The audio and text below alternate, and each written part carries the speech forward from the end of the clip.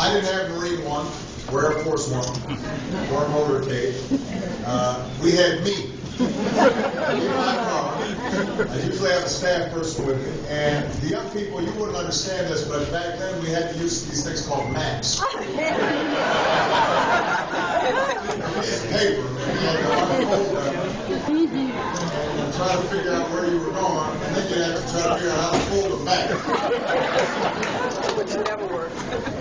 And we would travel all across the state, and I'd go to inner cities, farm towns, and some suburban areas. And you'd meet people from all walks of life, all income levels. And what was interesting, what inspired me, what made me realize that this might be a worthy pursuit was the sense that wherever I went, no matter how different people looked on the surface, there was a common thread to their story. And it connected with my story. So if I saw an elderly couple, they remind me of my grandparents. And I think about my grandfather who fought in World War II and then came home. My grandmother during the war worked on a bomber assembly line, like Rosie the Riveter. But when my grandfather came back, he was able to get a college education because of the GI Bill. And they were able to buy their first home with the help of an FHA loan. And I think about the journey they had traveled and everything that generation had done for America, but also what America had done for them. And sometimes I meet a single mom and I think about my mom. Yes, yes. Yes. Left, and I didn't know him. So my mother didn't have a lot of money. She had to work, put herself through school. Amen. But with the help of scholarships and grants, she was able to get ahead, and then she was able to pass on a great education to me and my sister. And I think about how in America, unlike a lot of other countries, she could make something out of herself, even in those circumstances. And then I meet a working couple, and I think about Michelle's parents. Her dad, by the time I met him, could barely walk. He had multiple sclerosis, so he had to use 2 canes. He had to wake up an hour earlier than everybody else, because that's how long it took him just to get dressed and get ready and get to the job. But he didn't miss a day of work because he believed in his responsibilities in looking after his family. Michelle's mom works as a secretary at the bank, and so they never had a lot of money, but they had a lot of love. And they understood the concept of hard work and responsibility, and so they were able to pass on an extraordinary life to Michelle and her mother. And as I traveled around the state of Illinois, it was clear to me that my story wasn't unique, and the stories of the people I was meeting weren't unique. It was the American story. It was this idea that here in this country, we don't believe in handouts.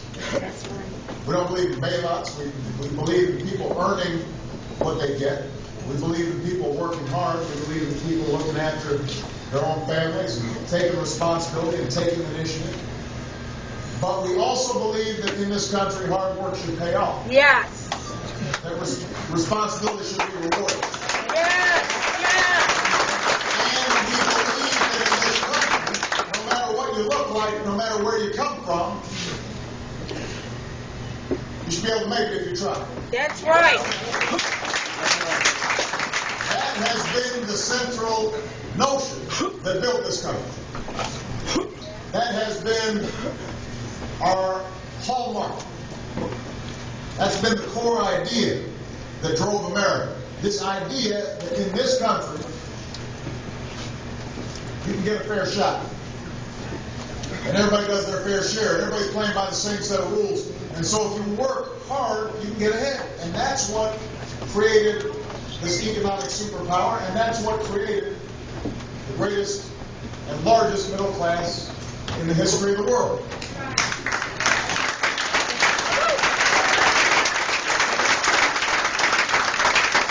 Now, in 2008, when I was first running for president, we came together, and a lot of you supported me in that race. Amen. Because we believed in those values and we believed in those ideas, and we had seen that for almost a decade, that idea that had built America's middle class seemed as if it was slipping away. We've gone through a decade in which hard work wasn't always rewarded. Middle class folks saw their incomes actually going down. So while the paychecks are shrinking, the cost of everything from healthcare or college education kept on going up. A few people were doing really well, Yes. but the vast majority was struggling.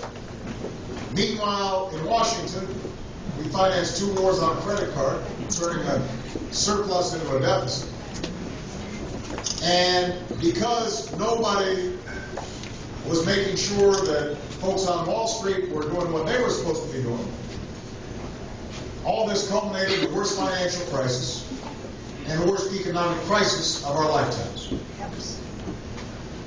We didn't know all that when I started to run, but what we understood was, what we were fighting for was the kind of change that would once again make real this idea that if you work hard, you'll be rewarded and you can get ahead. We were fighting for policies that would grow the middle class and provide them with that sense of security. And by the way, it's not just a matter of how much money you have in your bank account when we talk about being middle class. It's the idea that if you work hard, you can find a job that supports your family, and you can maybe get a home you call your own. You're not going to go bankrupt if you get sick. You're going to be able to retire with dignity and respect.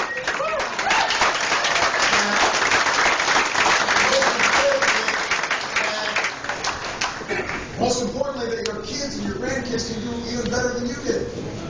They can achieve what you didn't even imagine.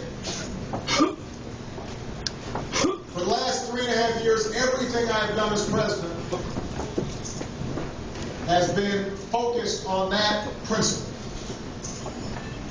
And obviously, as we saw this economic crisis unfold, we understood that the change we believed in would take more than 1 year, more than 1 term, probably take more than 1 president.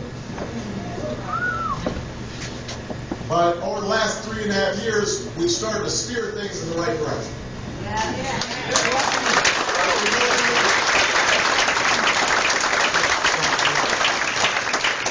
We were losing 800,000 jobs a month when I was sworn in. Now we've seen more than 2 years of job growth every single month. All right.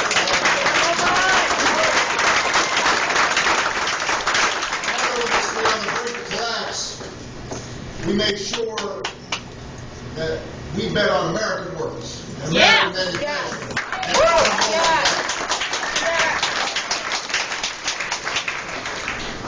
We moved to make sure that college was more affordable for young people, and that more Americans had access to health. And so,